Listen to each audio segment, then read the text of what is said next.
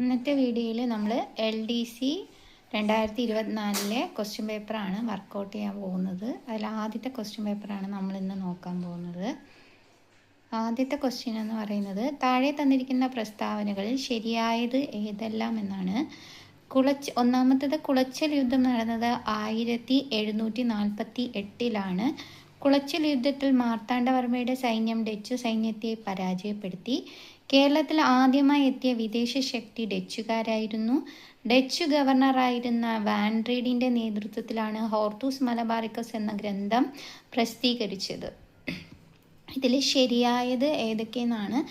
ഒന്നാമത്തെ ഓപ്ഷൻ തെറ്റാണ്. കുളച്ചൽ യുദ്ധം നടന്നത് 1748 പറയുന്നത് തെറ്റാണ്. 1741 ഓഗസ്റ്റ് 10 നടക്കുന്നത്. കുളച്ചൽ യുദ്ധത്തിൽ മാർത്താണ്ഡവർമ്മയുടെ സൈന്യം ഡച്ച് സൈന്യത്തെ പരാജയപ്പെടുത്തി എന്ന് പറയുന്നത് ശരിയാണ്. കേരളത്തിൽ ആദ്യമായി എത്തിയ വിദേശ ശക്തി ഡച്ചുകാരായിരുന്നു എന്ന് പറയുന്നത് തെറ്റാണ്. അത് അറബികളാണ് ആദ്യമായി എത്തിയത്. ഡച്ച് ഗവർണറായിരുന്ന വാൻഡ്രീഡിൻ്റെ നേതൃത്വത്തിലാണ് ഹോർത്തൂസ് മലബാറിക്കസ് എന്ന ഗ്രന്ഥം പ്രസിദ്ധീകരിച്ചതെന്ന് പറയുന്നത് ശരിയാണ്. അപ്പോൾ ശരിയായ പ്രസ്താവനകൾ 2ഉം 4ഉം ആണ്. ഡച്ചുകാരെ കുറിച്ചാണ് ആദ്യമായിട്ട് നോക്കാൻ പോകുന്നത്. 1595 ഇന്ത്യയിൽ എത്തിച്ചേർന്ന വിദേശികളാണ് ഡച്ചുകാർ. 1604 ഡച്ചുകാരുടെ കപ്പൽ വ്യൂഹം ആദ്യമായിട്ട് കേരളത്തിൽ എത്തിച്ചേർന്നു. കൊച്ചി, കൊല്ലം എന്നിവയാണ് ഡച്ചുകാരുടെ കേരളത്തിലെ പ്രധാന വാണിജ്യ കേന്ദ്രങ്ങൾ. ഡച്ചുകാർ അധികാര കേന്ദ്രം സ്ഥാപിച്ച കന്യാകുമാരിയിലെ പ്രധാന പ്രദേശമാണ് കുളച്ചൽ. എന്നാൽ മാർത്താണ്ഡവർമ്മ കുളച്ചൽ പ്രദേശം കോട്ടകെട്ടി സംരക്ഷിക്കാൻ ശ്രമിച്ചു. മാർത്താണ്ഡവർമ്മ ഡച്ചുകാരെ പരാജയപ്പെടുത്തിയ യുദ്ധമാണ് കുളച്ചൽ യുദ്ധം.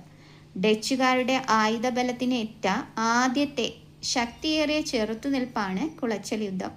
കുളച്ചൽ യുദ്ധം നടന്നത് 1741 ഓഗസ്റ്റ് 10 കുളച്ചൽ യുദ്ധത്തിൻ്റെ കാരണം ഡച്ചുകാർ മാർത്താണ്ഡവർമ്മയെ എതിർത്തുകൊണ്ട് 1741 മൂത്ത റാണിയെ ഇളയിടത്തു സ്വരൂപത്തിൻ്റെ ഭരണാധിപത്യത്തിൽ ഔപചാരികമായിട്ട് പ്രതിഷ്ഠിച്ചതാണ്.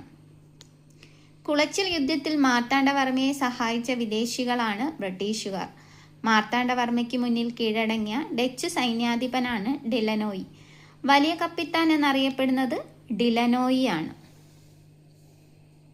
ഹോർത്തൂസ് മലബാറിക്കസ് മലബാറിലെ ഔഷധസസ്യങ്ങളെപ്പറ്റി പ്രതിപാദിക്കുന്ന ഡച്ചുകാർ തയ്യാറാക്കിയ പുസ്തകമാണ് ഹോർത്തൂസ് മലബാറിക്കസ്. ഡച്ചുകാരുടെ ഏറ്റവും വലിയ സംഭാവനയാണ് ഹോർത്തൂസ് മലബാറിക്കസ്. ലാറ്റിൻ ഭാഷയിലാണ് ഹോർത്തൂസ് മലബാറിക്കസ് തയ്യാറാക്കിയിരിക്കുന്നത്. ഹോർത്തൂസ് മലബാറിക്കസ് എന്ന ഗ്രന്ഥം രചിച്ചത് അഡ്മിറൽ വാൻഡ്രീഡാണ്. കേരള രാമം എന്നറിയപ്പെടുന്ന ഗ്രന്ഥമാണ് ഹോർത്തൂസ് മലബാറിക്കസ്.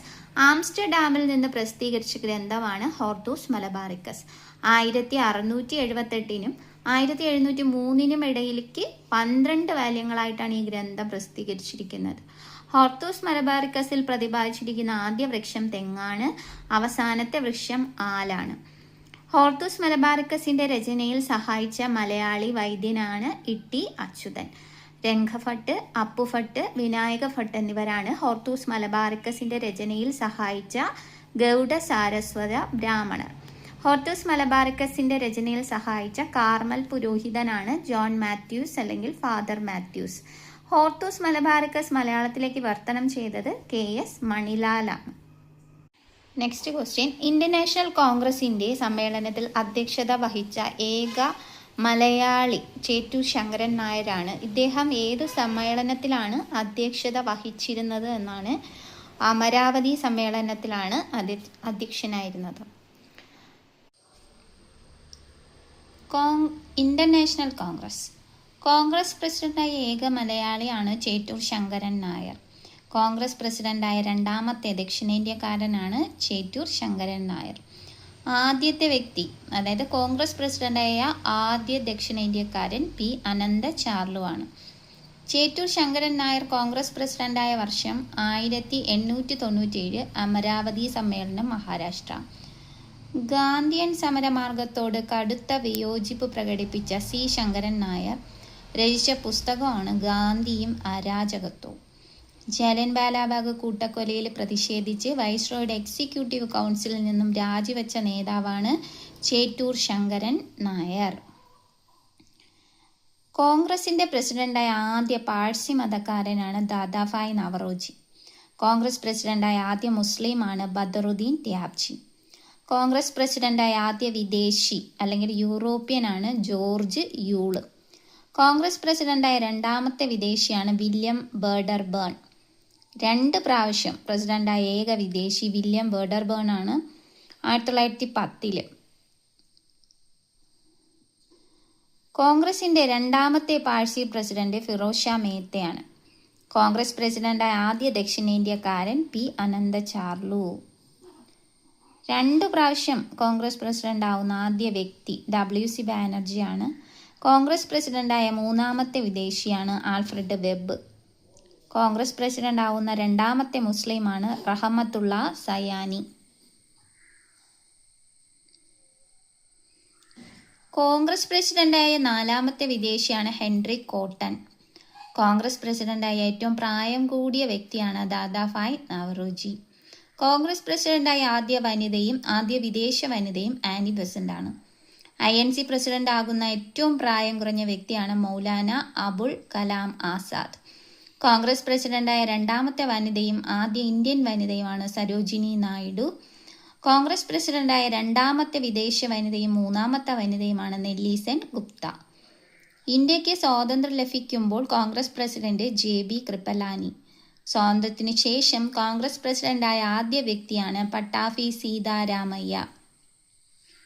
സ്വാതന്ത്ര്യത്തിനു ശേഷം കോൺഗ്രസ് പ്രസിഡന്റായ ആദ്യ വ്യക്തി ഇന്ദിരാഗാന്ധി. കോൺഗ്രസ് പ്രസിഡന്റായിരിക്കെ വധിക്കപ്പെട്ട ആദ്യ വ്യക്തി ഇന്ദിരാഗാന്ധിയാണ്. കോൺഗ്രസിന്റെ 100ാം വാർഷിക സമയത്ത് പ്രസിഡന്റ് ആയിരുന്നത് രാജീവ് ഗാന്ധിയാണ്. കോൺഗ്രസിന്റെ ചരിത്രത്തിൽ ഏറ്റവും കൂടുതൽ കാലം തുടർച്ചയായിട്ട് പ്രസിഡന്റായ വ്യക്തി സോണിയാഗാന്ധിയാണ്. 1998 മുതൽ 2017 വരെ.